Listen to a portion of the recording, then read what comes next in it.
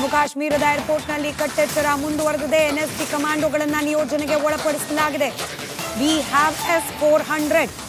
ನಮ್ಮ ಬಳಿಯಲ್ಲಿ S-400 ಇದೆ. ಆದರೂ ಕೂಡ ಜಾಗೃತರಾಗಿ ಇರಲೇಬೇಕಾದ ಪರಿಸ್ಥಿತಿ, ಯುದ್ಧ ಸಂದಿಗ್ಧ ಪರಿಸ್ಥಿತಿ. ಹೀಗಾಗಿ ಹೆಚ್ಚಿನ ಭದ್ರತೆಯನ್ನ ನಿಯೋಜನೆ ಮಾಡಲಾಗ್ತಾ ಇದೆ. NST ಕಮಾಂಡೋಗಳನ್ನು ಏರ್ಪೋರ್ಟ್ನ ಭದ್ರತಾ ವ್ಯವಸ್ಥೆಗೆ ನಿಯೋಜನೆ ಮಾಡಲಾಗಿದೆ. ವೀಕ್ಷಕರೇ, ನೆನಪಿರಲಿ, ಪಹಲ್ಗಾಮ್ನ ದಾಳಿಯಾದ ನಂತರದಲ್ಲಿ ಭಾರತ ಆಪರೇಷನ್ ಸಿಂಧೂರ ನಡೆಸುವ ಒಂದು ದಿನ ಮುಂಚೆ ಮಾಕ್ ಡ್ರಿಲ್ ಮಾಡ್ತೀವಿ ಅಂತ ಹೇಳಿ ಜಮ್ಮು ಕಾಶ್ಮೀರದ ಸುತ್ತಮುತ್ತಲ ವಾಯು ಪ್ರದೇಶವನ್ನ ಕಮರ್ಷಿಯಲ್ ಅಥವಾ ಸಿವಿಲ್ ಫ್ಲೈಟ್ಗಳ ಓಡಾಟವನ್ನು ನಿಷೇಧ ಮಾಡಿತ್ತು. ಆ ದಿನದಿಂದಲೂ ಕೂಡ ಜನಸಾಮಾನ್ಯರ ಓಡಾಟ ಇಲ್ಲ. ಆದರೂ ಕೂಡ ಸುರಕ್ಷತಾ ದೃಷ್ಟಿಯಿಂದ ಜಮ್ಮು ಕಾಶ್ಮೀರದ ಏರ್ಪೋರ್ಟ್ಗೆ ಭದ್ರತೆಯನ್ನ ಹೆಚ್ಚು ಮಾಡಲಾಗಿದೆ. ಕ್ಷಣ ಕ್ಷಣದ ಮಾಹಿತಿಯನ್ನ ಪಡೆದುಕೊಳ್ತಿದ್ದಾರೆ ರಕ್ಷಣಾ ಸಚಿವ ರಾಜನಾಥ್ ಸಿಂಗ್. CDS ಜೊತೆಯಲ್ಲಿ ರಾಜನಾಥ್ ಸಿಂಗ್ ಮಾತುಕತೆಯನ್ನ ನಡೆಸ್ತಾ ಇದ್ದಾರೆ. ಸದ್ಯಕ್ಕಾಗ್ತಾ ಇರುವ ದಾಳಿ, ಭಾರತ ಮಾಡ್ತಾ ಇರುವ ಪ್ರತಿ ದಾಳಿ, ಮುಂದಿನ ಕ್ರಮ, ಇದೆಲ್ಲದರ ಬಗ್ಗೆ ಮಾಹಿತಿಯನ್ನ ಪಡೆದುಕೊಳ್ಳುತ್ತಿದ್ದಾರೆ ರಾಜನಾಥ್ ಸಿಂಗ್.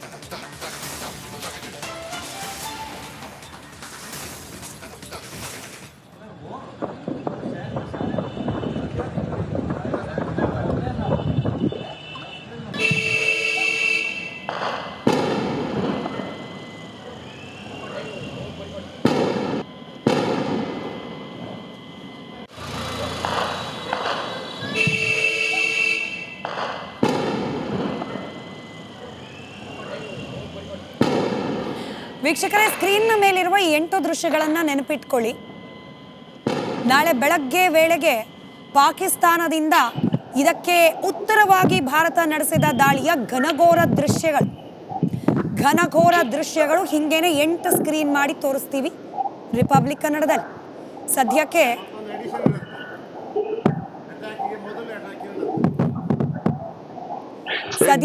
ಭಾರತದ ಮೇಲೆ ಪಾಕಿಸ್ತಾನ ನಡೆಸಿದ ದಾಳಿಯ ವಿಫಲ ಯತ್ನದ ದೃಶ್ಯಗಳನ್ನ ಗಮನಿಸ್ತಾ ಇದ್ದೀರಿ. ನಾಳೆ ಭಾರತದ ಯಶಸ್ವಿ ದಾಳಿಯ ದೃಶ್ಯಗಳನ್ನ ಗಮನಿಸ್ತೀರಿ. ಸೇನಾ ಪಡೆಯಿಂದಲೇ ಅಧಿಕೃತವಾಗಿ ದೃಶ್ಯಗಳು ಸಿಗೋವರೆಗೂ ರಿಪಬ್ಲಿಕ್ ಮೀಡಿಯಾ ನೆಟ್ವರ್ಕ್ ಅದನ್ನ ಪ್ರಸಾರ ಮಾಡೋದಿಲ್ಲ. ಸೋಷಿಯಲ್ ಮೀಡಿಯಾದಲ್ಲಿ ಈಗ ಆಲ್ರೆಡಿ ಪಾಕಿಸ್ತಾನಿ ಪ್ರಜೆಗಳು ಬಾಯ್ ಬಡ್ಕೊಂಡು ಕೆಲವೊಂದಷ್ಟು ವಿಡಿಯೋಗಳನ್ನ ಹಾಕ್ತಿರಬಹುದು. ಕೆಲವೊಂದಷ್ಟು ಮಾಧ್ಯಮಗಳು ಆ ಸೋಷಿಯಲ್ ಮೀಡಿಯಾ ದೃಶ್ಯಗಳನ್ನೇ ನಿಮ್ಮ ಮುಂದೆ ತೋರಿಸಬಹುದು. ಆದರೆ ಅನ್ವೆರಿಫೈಡ್ ದೃಶ್ಯಗಳನ್ನ ರಿಪಬ್ಲಿಕ್ ಮೀಡಿಯಾ ನೆಟ್ವರ್ಕ್ ತೋರಿಸೋದಿಲ್ಲ. ಹೀಗಾಗಿ ಕೊಂಚ ವಿಳಂಬ ಆದರೂ ಕೂಡ ಅಧಿಕೃತ ದೃಶ್ಯಗಳನ್ನ ನಿಮ್ಮ ಮುಂದೆ ಇಡುತ್ತೆ ರಿಪಬ್ಲಿಕ್ ಕನ್ನಡ. ಸೇನಾ ಮುಖ್ಯಸ್ಥ ಮುನೀರ್ ಪದಚ್ಯುತಿಯಾಗಿದ್ದಾನೆ ಅನ್ನುವಂಥ ಮಾಹಿತಿಗಳು ಬರ್ತಾ ಇದೆ. ಇನ್ನೂ ಕೂಡ ಅದು ಕನ್ಫರ್ಮ್ ಆಗಿಲ್ಲ. ಸೈನಿಕರೇ ಆತನ್ನು ಬಂಧಿಸಿದ್ದಾರೆ ಅನ್ನುವಂಥ ಮಾಹಿತಿಗಳು ಕೂಡ ಕೆಲವು ಕಡೆ ಬರ್ತಾ ಇದೆ. ಕನ್ಫರ್ಮ್ ಆದರೆ ನಿಮ್ಮ ಮುಂದೆ ಅದನ್ನು ಇಡ್ತೀವಿ.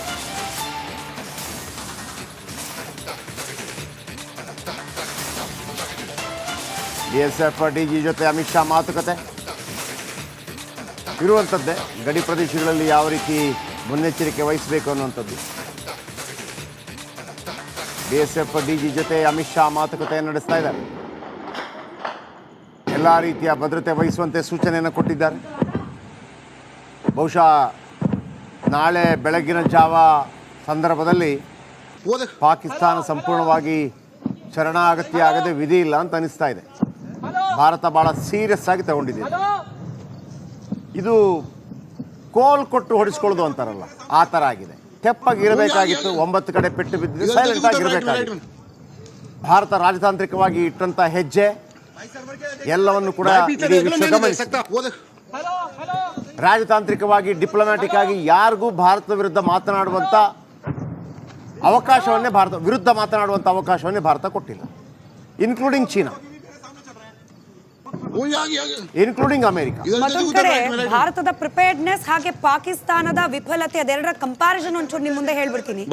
ಪಾಕಿಸ್ತಾನದಲ್ಲಿ ಪ್ರಧಾನಿ ಓಡೋಗಿದ್ದಾರೆ, ಪಾಕಿಸ್ತಾನದ ಆರ್ಮಿ ಚೀಫ್ ನಾಪತ್ತೆ, ಪಾಕಿಸ್ತಾನದ ಸೇನಾ ವಕ್ತಾರರು ಭಯಭೀತರಾಗಿ ಪ್ರೆಸ್ ಮೀಟ್ ಮಾಡ್ತಿದ್ದಾರೆ. ಆದ್ರೆ ಭಾರತದ ರಕ್ಷಣಾ ಸಚಿವರು BSF, ಬಾರ್ಡರ್ ಸೆಕ್ಯೂರಿಟಿ ಫೋರ್ಸ್ ಜೊತೆಗೆ CISF, central industrial security force, CDS, chief of defence staff, ಹೀಗೆ ಎಲ್ಲ ಆಯಾಮದ ಭದ್ರತೆಯ ಜವಾಬ್ದಾರಿ ಹೊತ್ತ ಪ್ರಮುಖರ ಜೊತೆಯಲ್ಲಿ ಸಭೆಯನ್ನ ನಡೆಸ್ತಾ ಇದ್ದಾರೆ. ಸೋ ದಟ್ ಭಾರತ ಸುರಕ್ಷಿತವಾಗಿರಲಿ ಅಂತ ಹೇಳಿ ಯಾವುದೇ ಆಯಾಮದಲ್ಲಿ ಆಗುವ ದಾಳಿಯನ್ನ ತಡೆಯುವ ಪ್ರಯತ್ನಗಳು ಭಾರತದಿಂದ ಒಗ್ಗಟ್ಟಿನ ಪ್ರಯತ್ನದ ಭಾಗವಾಗಿ ಆಗಬೇಕು ಅಂತ. ದಿಸ್ ಇಸ್ ಹೌ ನಾನು ಮತ್ತೊಮ್ಮೆ ಹೇಳ್ತಿದ್ದೀನಿ, ಜವಾಬ್ದಾರಿಯುತ ದೇಶಗಳು ನಡೆದುಕೊಳ್ಳುವ ರೀತಿ ಇದು. ನಮ್ಮ ದೇಶದ ರಕ್ಷಣಾ ಸಚಿವರು BSF, CISF, CDS ಜೊತೆಯಲ್ಲಿ ನಿರಂತರವಾಗಿ ಸಭೆಯನ್ನ ನಡೆಸುತ್ತಿದ್ದಾರೆ. ಪಾಕಿಸ್ತಾನದ ಪ್ರೈಮ್ ಮಿನಿಸ್ಟರ್ ಎಸ್ಕೇಪ್ ಆಗಿದ್ದಾರೆ. ಇನ್ನು ಸಚಿವರುಗಳು ಎಲ್ಲಿದ್ದಾರೆ ಅನ್ನೋದರ ಅಡ್ರೆಸ್ ಲಭ್ಯ ಆಗೋದು ಬಾಕಿ ಇದೆ. ಸಂಸದರಂತೂ ಪಾಕಿಸ್ತಾನದ ಪಾರ್ಲಿಮೆಂಟ್ ಅಲ್ಲೇನೆ ಕಣ್ಣೀರು ಹಾಕಿಬಿಟ್ಟಿದ್ದಾರೆ. ಇನ್ನು ಸಂಸದರಿಂದ ಹೆಚ್ಚಿನ ನಿರೀಕ್ಷೆ ಇಲ್ಲ ಪಾಕಿಸ್ತಾನದ ಜನರಿಗೆ. ಪಾಕಿಸ್ತಾನದ ಸೇನೆ ಮೇಲೇನೆ ಪಾಕಿಸ್ತಾನದ ಜನರಿಗೆ ನಂಬಿಕೆ ಇಲ್ಲ. ಪಾಕಿಸ್ತಾನದ ಗತಿ ಅಧೋಗತಿ. ಸದ್ಯಕ್ಕೆ ಭಾರತದಲ್ಲಿ ಆಗ್ತಾ ಇರುವ ಚಟುವಟಿಕೆಯನ್ನ ಗಮನಿಸ್ತಿದ್ರಿ. ಒಂದ್ ಕಡೆ ಅಟ್ಯಾಕ್, ಮತ್ತೊಂದು ಕಡೆಯಲ್ಲಿ ಮುಂದಿನ ಅಟ್ಯಾಕ್ನ ಸಿದ್ಧತೆ. ಇದರ ಜೊತೆಗೇನೆ ಆಂತರಿಕ ಭದ್ರತೆಯ ಬಗ್ಗೆ ಕೂಡ ಜಾಗೃತಿ. ಭಾರತ ಯುದ್ಧದ ಪರಿಸ್ಥಿತಿಗೆ ಯಾವ ರೀತಿಯಾಗಿ ಸರ್ವಸನ್ನದ್ಧವಾಗಿದೆ ಅನ್ನೋದನ್ನ ಈ ಎಲ್ಲಾ ಬೆಳವಣಿಗೆಗಳು ಕೂಡ ಸಾರಿ ಸಾರಿ ಹೇಳ್ತಾ ಇದೆ.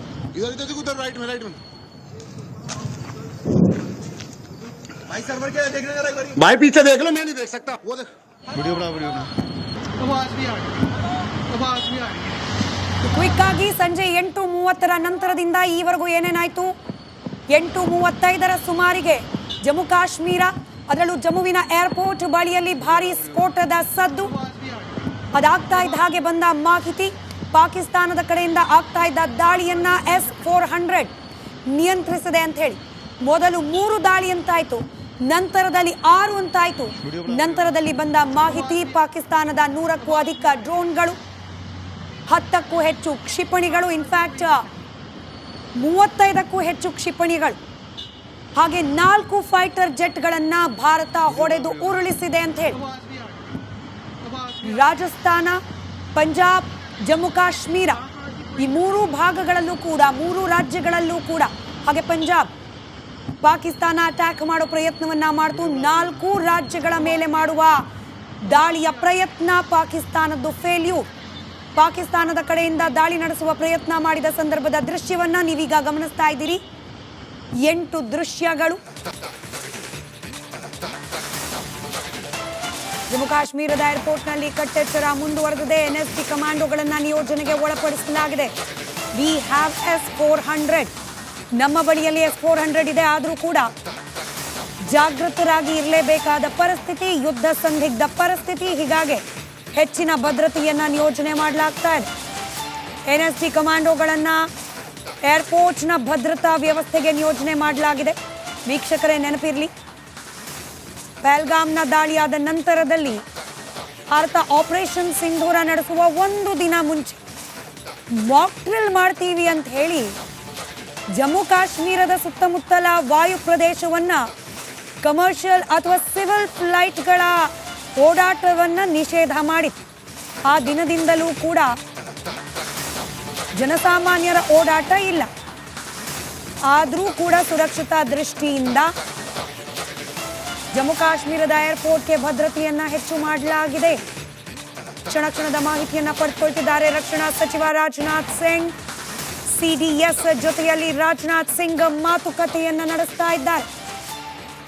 ಸದ್ಯಕ್ಕಾಗ್ತಾ ಇರುವ ದಾಳಿ, ಭಾರತ ಮಾಡ್ತಾ ಇರುವ ಪ್ರತಿ ದಾಳಿ, ಮುಂದಿನ ಕ್ರಮ, ಇದೆಲ್ಲದರ ಬಗ್ಗೆ ಮಾಹಿತಿಯನ್ನ ಪಡೆದುಕೊಳ್ಳುತ್ತಿದ್ದಾರೆ ರಾಜನಾಥ್ ಸಿಂಗ್.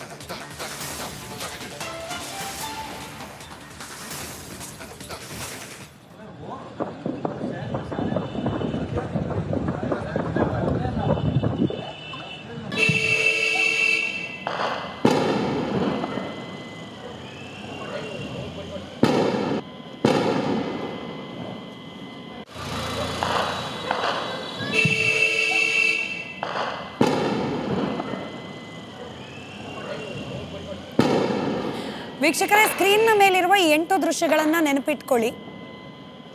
ನಾಳೆ ಬೆಳಗ್ಗೆ ವೇಳೆಗೆ ಪಾಕಿಸ್ತಾನದಿಂದ ಇದಕ್ಕೆ ಉತ್ತರವಾಗಿ ಭಾರತ ನಡೆಸಿದ ದಾಳಿಯ ಘನಘೋರ ದೃಶ್ಯಗಳು ಹಿಂಗೇನೆ 8 ಸ್ಕ್ರೀನ್ ಮಾಡಿ ತೋರಿಸ್ತೀವಿ ರಿಪಬ್ಲಿಕ್ ಕನ್ನಡದಲ್ಲಿ. ಸದ್ಯಕ್ಕೆ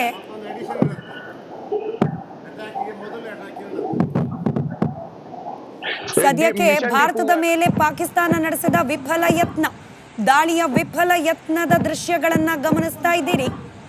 ನಾಳೆ ಭಾರತದ ಯಶಸ್ವಿ ದಾಳಿಯ ದೃಶ್ಯಗಳನ್ನ ಗಮನಿಸ್ತೀವಿ. ಸೇನಾ ಪಡೆಯಿಂದಲೇ ಅಧಿಕೃತವಾಗಿ ದೃಶ್ಯಗಳು ಸಿಗೋವರೆಗೂ ರಿಪಬ್ಲಿಕ್ ಮೀಡಿಯಾ ನೆಟ್ವರ್ಕ್ ಅದನ್ನ ಪ್ರಸಾರ ಮಾಡೋದಿಲ್ಲ.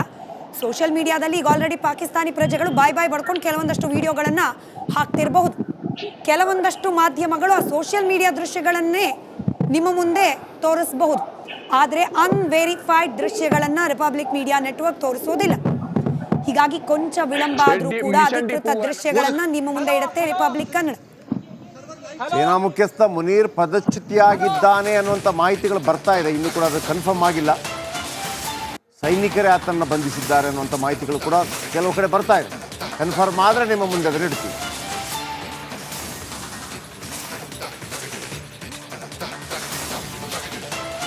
BSF DG ಜೊತೆ ಅಮಿತ್ ಶಾ ಮಾತುಕತೆ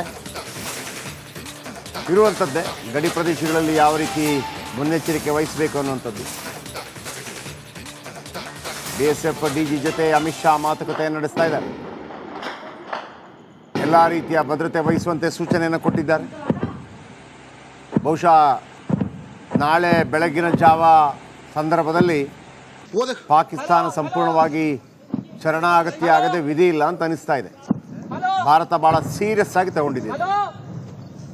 ಇದು ಕೋಲ್ ಕೊಟ್ಟು ಹೊಡಿಸ್ಕೊಳ್ಳೋದು ಅಂತಾರಲ್ಲ, ಆ ಥರ ಆಗಿದೆ. ತೆಪ್ಪಾಗಿ ಇರಬೇಕಾಗಿತ್ತು. 9 ಕಡೆ ಪೆಟ್ಟು ಬಿದ್ದಿದೆ. ಸೈಲೆಂಟ್ ಆಗಿ ಇರಬೇಕಾಗಿತ್ತು. ಭಾರತ ರಾಜತಾಂತ್ರಿಕವಾಗಿ ಇಟ್ಟಂತ ಹೆಜ್ಜೆ ಎಲ್ಲವನ್ನು ಕೂಡ ಇಡೀ ವಿಶ್ವ ಗಮನಿಸಿದೆ. ರಾಜತಾಂತ್ರಿಕವಾಗಿ ಡಿಪ್ಲೊಮ್ಯಾಟಿಕ್ ಆಗಿ ಯಾರಿಗೂ ಭಾರತದ ವಿರುದ್ಧ ಮಾತನಾಡುವಂತ ಅವಕಾಶವನ್ನೇ ಭಾರತ ಕೊಟ್ಟಿಲ್ಲ. Including China, including America. ಮತ್ತೊಂದು ಕಡೆ ಭಾರತದ ಪ್ರಿಪೇರ್ಡ್ನೆಸ್ ಹಾಗೆ ಪಾಕಿಸ್ತಾನದ ವಿಫಲತೆ ಅದೆರಡರ ಕಂಪ್ಯಾರಿಸನ್ ಒಂಚೂರು ನಿಮ್ಮ ಮುಂದೆ ಹೇಳ್ಬಿಡ್ತೀನಿ. ಪಾಕಿಸ್ತಾನದಲ್ಲಿ ಪ್ರಧಾನಿ ಓಡೋಗಿದ್ದಾರೆ. ಪಾಕಿಸ್ತಾನದ ಆರ್ಮಿ ಚೀಫ್ ನಾಪತ್ತೆ. ಪಾಕಿಸ್ತಾನದ ಸೇನಾ ವಕ್ತಾರರು ಭಯಭೀತರಾಗಿ ಪ್ರೆಸ್ ಮೀಟ್ ಮಾಡ್ತಿದ್ದಾರೆ. ಆದ್ರೆ ಭಾರತದ ರಕ್ಷಣಾ ಸಚಿವರು BSF, ಬಾರ್ಡರ್ ಸೆಕ್ಯೂರಿಟಿ ಫೋರ್ಸ್ ಜೊತೆಗೆ CISF, central industrial security force, CDS, chief of defence staff ಹೀಗೆ ಎಲ್ಲ ಆಯಾಮದ ಭದ್ರತೆಯ ಜವಾಬ್ದಾರಿ ಹೊತ್ತ ಪ್ರಮುಖರ ಜೊತೆಯಲ್ಲಿ ಸಭೆಯನ್ನ ನಡೆಸ್ತಾ ಇದ್ದಾರೆ. ಸೋ ದಟ್ ಭಾರತ ಸುರಕ್ಷಿತವಾಗಿರಲಿ ಅಂತ ಹೇಳಿ ಯಾವುದೇ ಆಯಾಮದಲ್ಲಿ ಆಗುವ ದಾಳಿಯನ್ನ ತಡೆಯುವ ಪ್ರಯತ್ನಗಳು ಭಾರತದಿಂದ ಒಗ್ಗಟ್ಟಿನ ಪ್ರಯತ್ನದ ಭಾಗವಾಗಿ ಆಗಬೇಕು ಅಂತ. ದಿಸ್ ಇಸ್ ಹೌ ನಾನು ಮತ್ತೊಮ್ಮೆ ಹೇಳ್ತಿದ್ದೀನಿ, ಜವಾಬ್ದಾರಿಯುತ ದೇಶಗಳು ನಡೆದುಕೊಳ್ಳುವ ರೀತಿ ಇದು. ನಮ್ಮ ದೇಶದ ರಕ್ಷಣಾ ಸಚಿವರು BSF, CISF, CDS ಜೊತೆಯಲ್ಲಿ ನಿರಂತರವಾಗಿ ಸಭೆಯನ್ನು ನಡೆಸುತ್ತಿದ್ದಾರೆ. ಪಾಕಿಸ್ತಾನದ ಪ್ರೈಮ್ ಮಿನಿಸ್ಟರ್ ಎಸ್ಕೇಪ್ ಆಗಿದ್ದಾರೆ. ಇನ್ನು ಸಚಿವರುಗಳು ಎಲ್ಲಿದ್ದಾರೆ ಅನ್ನೋದರ ಅಡ್ರೆಸ್ ಲಭ್ಯ ಆಗೋದು ಬಾಕಿ ಇದೆ. ಸಂಸದರಂತೂ ಪಾಕಿಸ್ತಾನದ ಪಾರ್ಲಿಮೆಂಟ್ ಅಲ್ಲೇನೆ ಕಣ್ಣೀರು ಹಾಕ್ಬಿಟ್ಟಿದ್ದಾರೆ. ಇನ್ನು ಸಂಸದರಿಂದ ಹೆಚ್ಚಿನ ನಿರೀಕ್ಷೆ ಇಲ್ಲ ಪಾಕಿಸ್ತಾನದ ಜನರಿಗೆ. ಪಾಕಿಸ್ತಾನದ ಸೇನೆ ಮೇಲೇನೆ ಪಾಕಿಸ್ತಾನದ ಜನರಿಗೆ ನಂಬಿಕೆ ಇಲ್ಲ. ಪಾಕಿಸ್ತಾನದ ಗತಿ ಅಧೋಗತಿ. ಸದ್ಯಕ್ಕೆ ಭಾರತದಲ್ಲಿ ಆಗ್ತಾ ಇರುವ ಚಟುವಟಿಕೆಯನ್ನ ಗಮನಿಸ್ತಿದ್ರಿ. ಒಂದ್ ಕಡೆ ಅಟ್ಯಾಕ್, ಮತ್ತೊಂದು ಕಡೆಯಲ್ಲಿ ಮುಂದಿನ ಅಟ್ಯಾಕ್ ನ ಸಿದ್ಧತೆ. ಇದರ ಜೊತೆಗೇನೆ ಆಂತರಿಕ ಭದ್ರತೆಯ ಬಗ್ಗೆ ಕೂಡ ಜಾಗೃತಿ. ಭಾರತ ಯುದ್ಧದ ಪರಿಸ್ಥಿತಿಗೆ ಯಾವ ರೀತಿಯಾಗಿ ಸರ್ವಸನ್ನದ್ಧವಾಗಿದೆ ಅನ್ನೋದನ್ನ ಈ ಎಲ್ಲಾ ಬೆಳವಣಿಗೆಗಳು ಕೂಡ ಸಾರಿ ಹೇಳ್ತಾ ಇದೆ.